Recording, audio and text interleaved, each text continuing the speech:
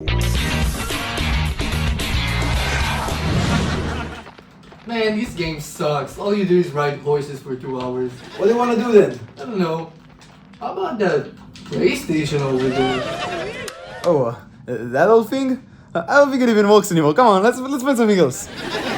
Dude, come on, let's try it out. Dude, I don't even know where its cables are. Found it. Okay, so I can't think of any reason not to play it. Why can't I think of any reason not to play it? And plugged it. You wanna do the honors? If you insist.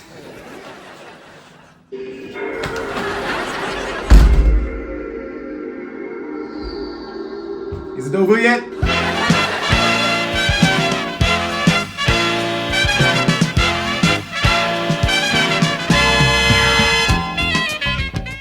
The year is 2011. Me and my twin brother Harald just turned 6, so we were officially way too old for all those kiddie Nintendo toys. Oh, what's that, GameCube? Oh, you got colorful buttons and creative controls? And get that toddler shit out of here, I got addition to learn. You see, we needed a more mature console, for we were no longer children, we were fresh out of kindergarten men. Sadly, we didn't get the Phineas and Ferb plug and play until we were 7, but we did get the second best thing, our older cousin's PlayStation 2. With it came a plethora of some of my fondest childhood memories, such as viciously fighting with my brother over who gets to be the Grey Bandicoot in Crash of the Titans. But you see, my cousin was feeling a bit mischievous that day, so he decided to only let us pick 6 games out of the 10 he came with. And I say only like that because 6 games are a lot, and I'm not an ungrateful bitch. Can't say that for 6-year-old me though, that guy was pissed. There were so many great games to choose from, like Crash, Shrek 2, the Spider-Man movie games, Tony Hawk's Underground. By the way, this game has the scariest intro ever made. There were other games to pick from that I can't remember right now, but I do remember that in the end I had to give up on Shrek 2, which was kind of a bummer. But I quickly forgot about Shrek once I started playing the games I did pick. But the point of this video is not how great we had it with the PS2, though we did, like, damn. The point of this video is how great we had it with all of the licensed movie games that were coming out at the time. If you're watching this and you were born in this time period, then you probably remember how these games used to be everywhere. Whenever a new blockbuster came out, you just know it had a game about it. Sure, these games were a thing since the 80s, hell, even the most infamous game of all time is technically about a movie, but I think we can all agree that the movie tie-in genre really hit its prime by the early to mid 2000s. One thing these games won't, however, is mid. Oh, that's hot. Okay, so these games weren't usually anything groundbreaking, but that's okay because that wasn't their selling point, their movies were. As a kid, if you liked a movie, that was all the reason you needed to buy a game based on it.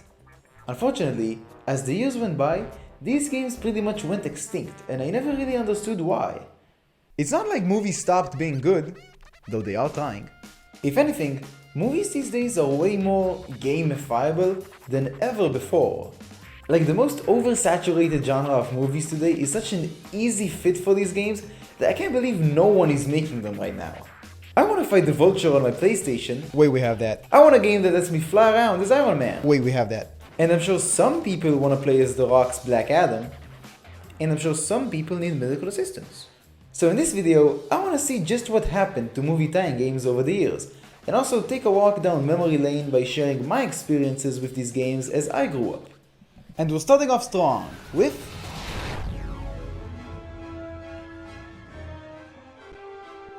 Before I get to the games, I want to start this part off by saying that I like Spider-Man a reasonable amount. He's pretty good. Okay, I lied, he's the best. Okay, back to our topic, the Spider-Man 1 and 2 movie games. These two are probably the most iconic movie tie-in games ever released. Sucks they never made a third one, right? Let me have this one. These games are so nostalgic for me that I actually downloaded an emulator and legally acquired their ROMs, just to play them again. Sure, they've aged a bit, they're not as good now as I remember them to be, but we have this now, so that's like saying vapes aren't that bad for you when we have modern health research. Wait, people actually do that? As a kid though, these games were just such a blast. But 6-year-old me was pretty stupid, so I'd always switch between them without noticing, and as a result my brain remembers these two as just one game, which is why I'm talking about them together. Whichever one had this creepy ass tutorial was the worst one though. Also, I had no idea what I was doing, so I never really got past the first few missions of these games. What I did do is what every kid dreamed of doing when they thought of being Spider-Man. Delivering pizza. If you play these games, you know how fun this used to be. Really, the only things I did in this game were swing around, stop random crimes, and spend hours trying to get past this bridge. And that alone was just so much fun. Honestly, for me, these games weren't even based on movies, because I didn't even know those existed at the time. Again, stupid 6-year-old. For me, these games were just good Spider-Man games on their own, which is a really important factor for movie tie-in games. They have to be good games first and good adaptations second. Surely game companies won't forget this and release rushed dumpster fires in the hopes that their movies alone will sell them. Wait, people actually do that? While the Spider-Man games are still good as games, I'm not sure how good they are as adaptations. And again, I never got far into these game stories or anything, but just a quick glance at their plot summaries on Wikipedia shows a really common occurrence with most movie tie-in games. They have a lot, and I mean a lot, of padding. Shocker, Vulture, Scorpion, and Black Cat in the same game? Is this a remake? Obviously these games need padding. They cost 6 times more than what it costs to see their movies, so they can't be beaten in 2 hours and expect to sell well. But at the very least, these games' additions to the original stories seem honestly pretty cool and fitting for the most part, and I don't think there's a better way to extend their length otherwise. Not that it really matters, since the story really isn't the selling point of these games. This trio's dynamic already sucked balls in the Hollywood budget films, so I don't expect them to be good looking like How do you think this. Spider-Man killed your dad? He did kill my dad. Someday I'll get him for it, too. You tell him that next time you see him. Yeah, well... Hey, congratulations on those billboards, MJ. Though it is pretty cool they got Tobey Maguire and most of the other main cast to do the voice acting for these games. Even if it does feel like they gave them 30 minutes in a recording booth and just used whatever came out. I'd better burn off some calories or I won't fit in my costume anymore. Damn, what other games can I talk about? If only I picked Shrek 2. What other games? What other games? If the new Sonic movie is about Shadow, does that make Sonic Adventure 2 a movie tie-in? I gotta go outside and think about this for a minute.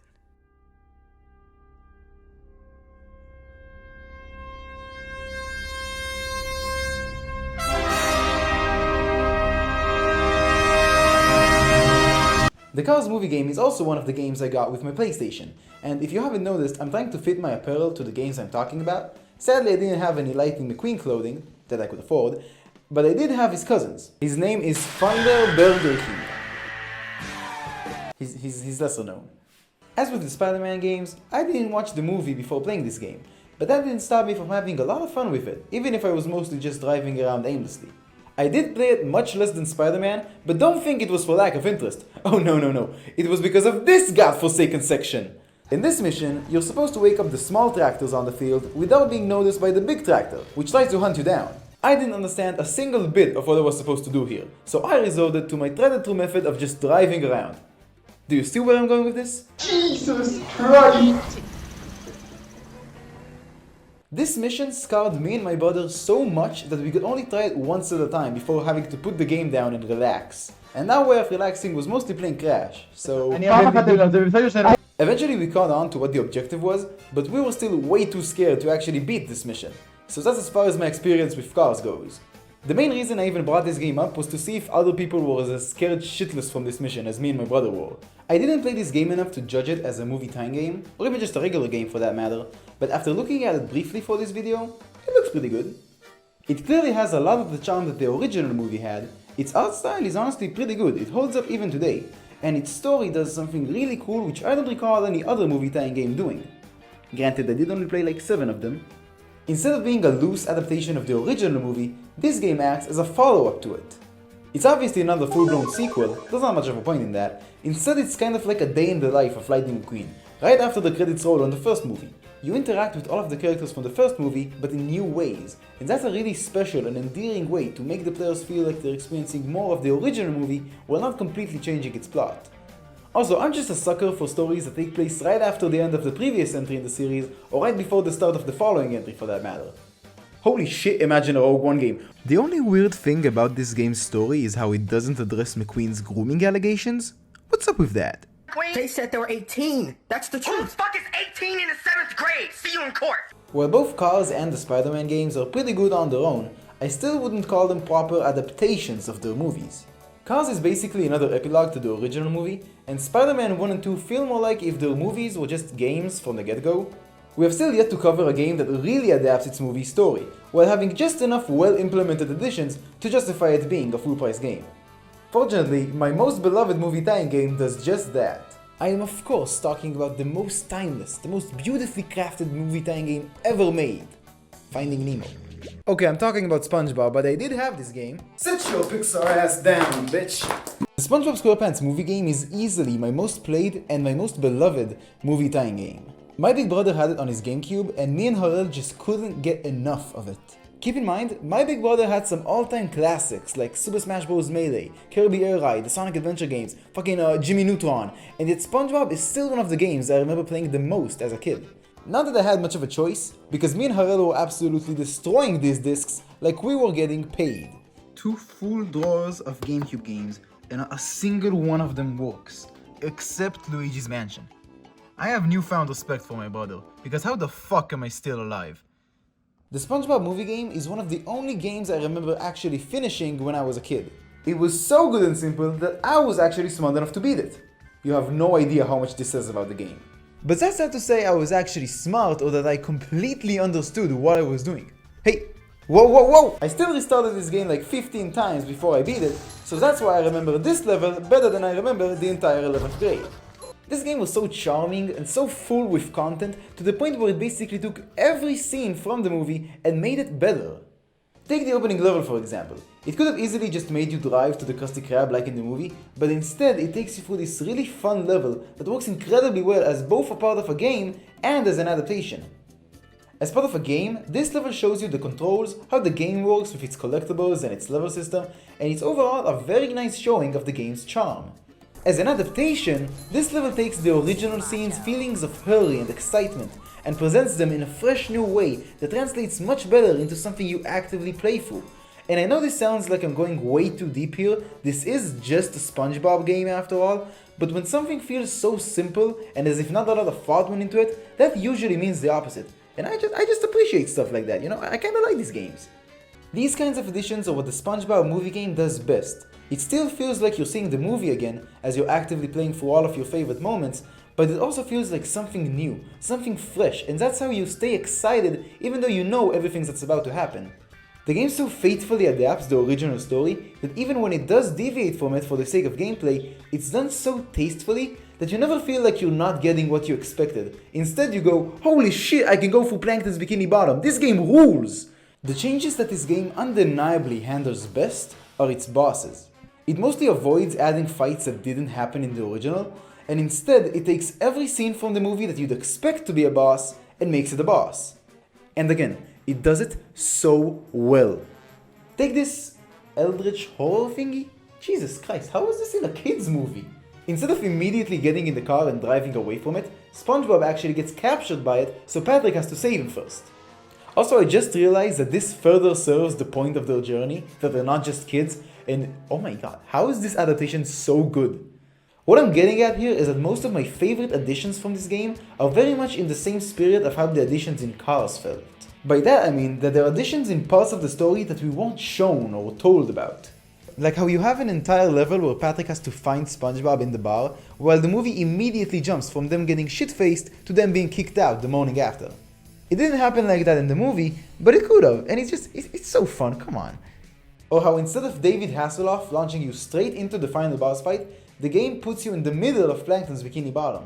Now you have to go all the way to the Krusty Krab in what is essentially the game's final gauntlet, where you have to use all of the abilities you gained in your journey before finally beating the game.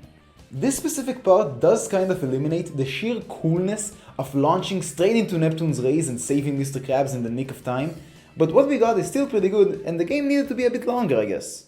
One last note before moving on, this game could have been 10 times less good than it actually is, and I still would have ate it up. Because at the end of the day, I just loved the SpongeBob movie as a kid. I still do, it's unironically one of my favorite movies of all time. I rented it like 20 times before figuring out I can watch it online. As a kid, any game that would let me play through what was my favorite movie at the time was just an instant banger. That's why it's so weird to me that these games, which were usually adapting some pretty good movies, just completely declined in quality over the years. Obviously I got older and I started realizing that not every game I play is good or fun, but even today I enjoy the Spider-Man and SpongeBob movie games. So what happened? Before we go into why the movie tie-in genre declined so much, First, we need to take a look at the state of the gaming industry across the 2000s. This was the time period where all the major companies were still figuring out the things that would eventually become standard for us today.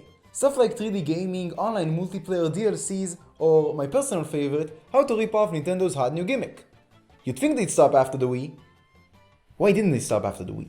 Along the process of figuring this stuff out, many trends, whether old or new, would come and go constantly. Even couch co-op was becoming less and less of a common feature. The gaming industry as a whole was constantly changing directions, and by the time it started settling down, it was clear that movie tie-in games were less and less viable to invest in. The average game development cycle was taking so much longer that it was unrealistic to make an entire game in time for a movie's release. What's more is that games were getting way more expensive to make, meaning movie tie-in games made less and less sense from a business perspective. Even if a movie tie-in game did manage to come out in time for its movie's release, it was usually so rushed that it couldn't even begin to compete with other traditional games that were coming out around its time. All of these games came out in the same year. Can you guess the movie tie-in one? And again, the main appeal of these games was not incredibly well thought out game design, it was the assumption that the movies that they're based on are good and that they're adapting them well. But even by these standards, these games were flopping. Why is there a scarab in the Amazing Spider-Man movie game? Is it stupid? Games started deviating from the movie's plot so much to the point where you would barely notice you're playing an adaptation of a movie if you weren't outright told so by the game's marketing. Mid-editing disclaimer, this point is pretty much only valid to the Spider-Man games, but they make up like 80% of these games since 2007 anyways, so I thought I should mention that. Anyway, back to the video, enjoy me editing, bye! So not only were these games getting worse by regular game standards, but they were also losing the special charms that only they used to have. They were no longer enhancing the experience that you had watching the movie. Instead, they felt cheap, like they were made for you to spend your money on the promise of getting more of the movie you enjoyed, while in reality, the game itself had little to no resemblance of that movie anymore. Obviously, older movie tie-in games were also made in order to make money, but at least most of them did a better job of adapting their source material. Honestly, I understand why these games stopped coming out. These days, making games takes at least as much time and resources as making movies, if not much more. So it's really counterintuitive to develop a worthwhile game around the movie. But despite all this, I don't think that the movie tie-in genre is completely dead. I think it just evolved into something new. And what I mean by that is that game companies started realizing that games can adapt movies while still being developed normally as games first. Rather than scraping together everything they could in order to release a game with its movie, they finally started giving the developers time to make a good game, even if it meant that the game released years apart from the movie it's adapting. We're getting games like the LEGO Star Wars series, which adapt the movies in such a charming way that they feel both like a retelling and something brand new.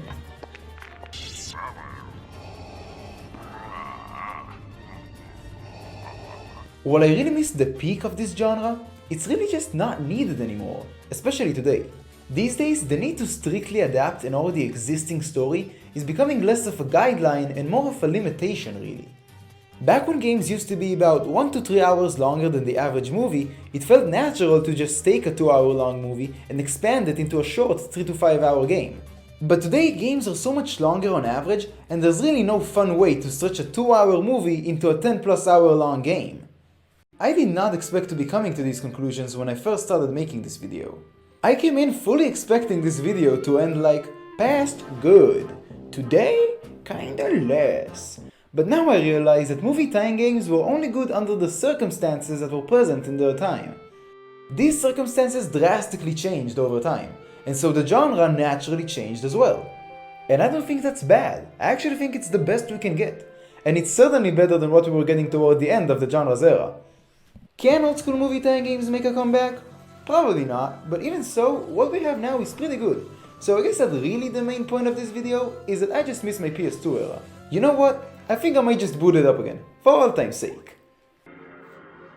This ain't so bad. What disc did they even put in this thing anyway?